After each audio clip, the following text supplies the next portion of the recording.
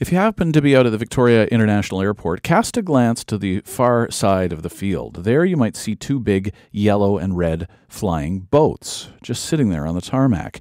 And if you're in a plane taxiing to the main runway, you might get a pretty close look. But pretty close isn't close enough for our air correspondent, Sterling Aford. He went to get in the planes, and after a bit of groveling, he got a tour from Rob Mauracher. Rob is the Executive Vice President of Sales and Marketing for Viking Air, Rob Mauracher. And Sterling started off by asking Rob Mauracher, just what types of planes are these water bombers? These are CL-215 water bombing aircraft, or we prefer aerial firefighters. Yeah. And these aircraft are owned by our sister company, Longview Aviation Asset Management. We've actually acquired 11 of these aircraft to convert to turbine.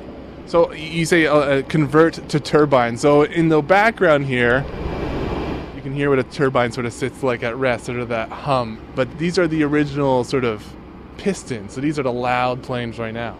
Yeah, these are piston engines, twin roll radials. They're called the Pratt & Whitney 2800. Very powerful, very loud. We call it the Harley Davidson of the sky. Yeah. So it's everybody gets a kick out of it when you fire it up.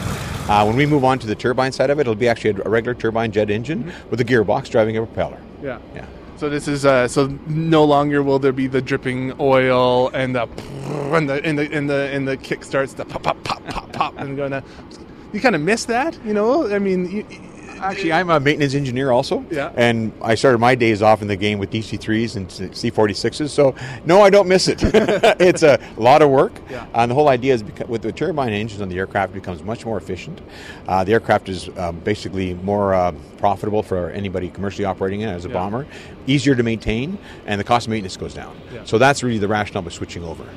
What is this aircraft capable? This is actually an in-service water bomber. This aircraft was flying water and fighting forest fires last year.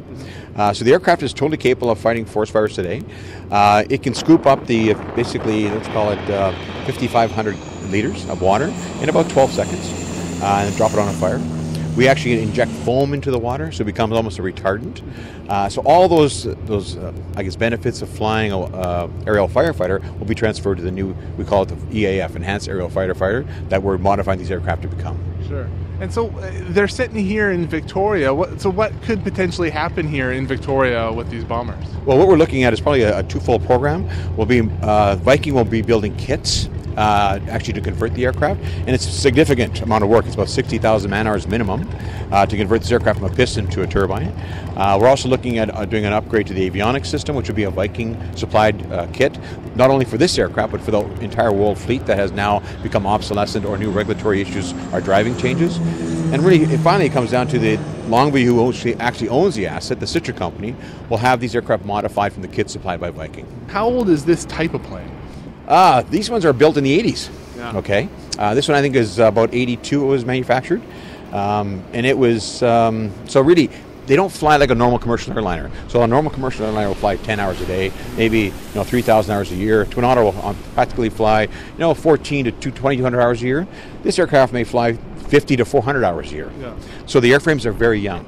I would say probably about 4,000 hours is the oldest airframe that we've acquired at Longview for the conversion program. So they have a lot of life in them. They have no life limits on the airframe. On the design criteria, it's a fail-safe design. So the aircraft can be easily converted and go on for another 20 years. What's the sort of cost for a plane like this? So a converted aerial firefighter coming off the production line is about $29 million. US. Everything's US, dollars in aviation. So that's what you'd look at. If you look at we are negotiating with certain people on a private kind of VIP configuration.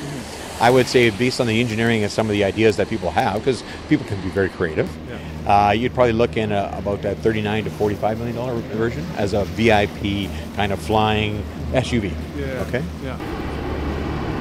Can you tell when people are going by that they're looking? Have you ever gone that's the reason they're here, actually. Right? We actually put them out here just to generate interest. Yeah. I have, 8 of them over in Calgary sitting at the airport all lined up, but it generates interest in not only Viking, but also in the product. Because they go, what is that? Why is it here? What is it doing? Yeah. And those are all questions we want to stir up in the community, because that drives government interest, drives all the, the factors to get into the aircraft back into production.